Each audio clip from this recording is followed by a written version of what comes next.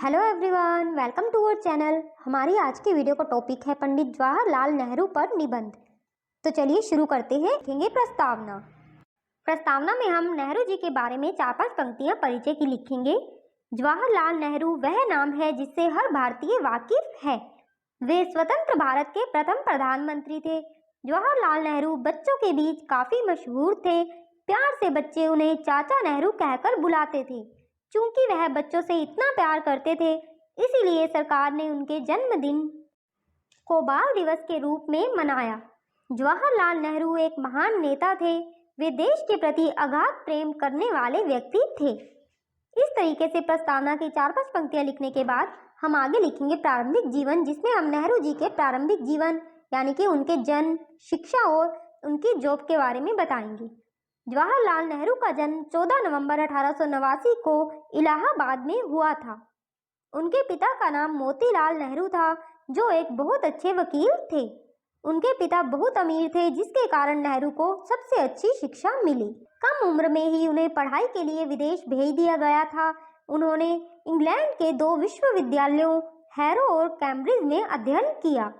उन्होंने वर्ष 1910 में अपनी डिग्री पूरी की।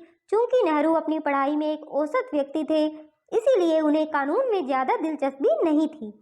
राजनीति में उनकी रुचि थी। हालांकि बाद में वे वकील बने और इलाहाबाद हाई कोर्ट में वकालत की। 24 साल की उम्र में उन्होंने कमला देवी से शादी कर ली। उन्होंने एक बेटी को जन्म दिया, जिसका नाम इंदिरा रखा गया। देन हम अपना नेक्स्ट हेडिंग लिखेंगे एक नेता के रूप में। जवाहरलाल नेहरू भारत के पहले प्रधानमंत्री थे। वे एक दूरदर्शी व्यक्ति थे। वे एक नेता, राजनीतिज्ञ और लेखक भी थे। उन्होंने हमेशा भारत को एक सफल देश बनाने के लिए और देश की भलाई के लिए दिन रात काम किया। उन्होंने आराम हराम है का नारा दिया। जवाहरलाल नेहरू शांति प्रिय व्यक्ति थे, लेकिन उन्होंने देखा कि अंग्रेजों ने भारतीयों के साथ कैसा व्यवहार किया, जिसके चलते उन्होंने स्वतंत्रता आंदोलन में शामिल होने का फैसला किया।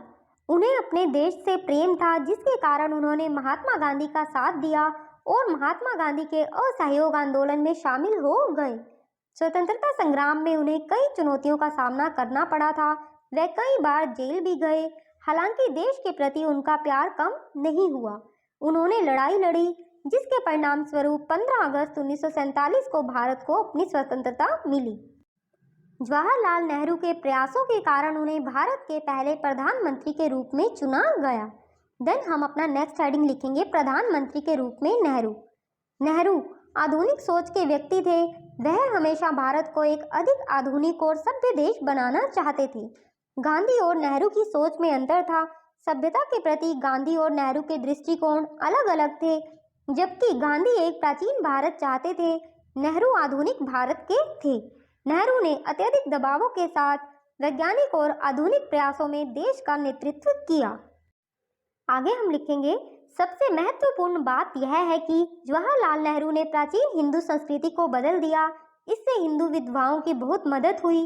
इस बदलाव ने महिलाओं को पुरुषों की तरह समान अधिकार दिया था, उत्तराधिकार और संपत्ति का अधिकार। यद्यपि नेहरू एक महान प्रधानमंत्री थे, किंतु एक समस्या ने उन्हें बहुत परेशान किया। कश्मीर क्षेत्र, जिस पर भारत और पाकिस्तान दोनों ने दावा किया था। उन्होंने कई बार विवाद को सुलझाने की कोशिश की, लेकिन समस्या जस की तस बनी रही। नेक्स्ट हेडिंग है देश के लिए उनका योगदान।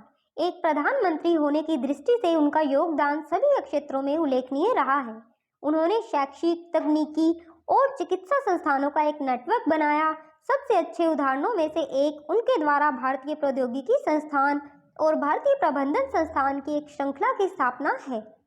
उन्होंने बड़ी औद्योगिक, कृषि, सिंचाई और बिजली परियोजनाओं की विरासत छोड़ी। इस्पात संयंत्रों की स्थापना, बांधों के निर्माण और बिजली संयंत्रों की स्थापना जैसी परियोजनाओं ने भारत को तकनीकी और बुनियादी विकास के पथ पर अग्रसर किया। इस वजह से पंडित जवाहरलाल नेहरू को आधुनिक भारत के वास्तुकार के रूप में जाना जाने लगा। वह उन कुछ लोगों में से एक थे जिन्होंने देश और दुनिया पर बहुत प्रभाव डाला। देन हम लिखेंगे उपसंहार। 27 मई 1964 को पंडित नेहरू का निधन हो गया। वे योजना और विकास की समृद्ध विरासत को पीछे छोड़ गए। बच्चों के बीच पसंदीदा और चाचा नेहरू के नाम से लोकप्रिय होने के कारण उनका जन्मदिन भारत में बाल दिवस के रूप में मनाया जाता है। तो फ्रेंड्स, इस तरीके से आप इस निबंध को लिख सकते हैं। तो यह वीडियो आपको कैसी लगी हमें कमेंट करके जरूर बताएं। वीडियो हेल्पफुल हो तो वीडियो को लाइक करें, शेयर करें, चैनल को सब्सक्राइब जरूर करें। धन्यवाद।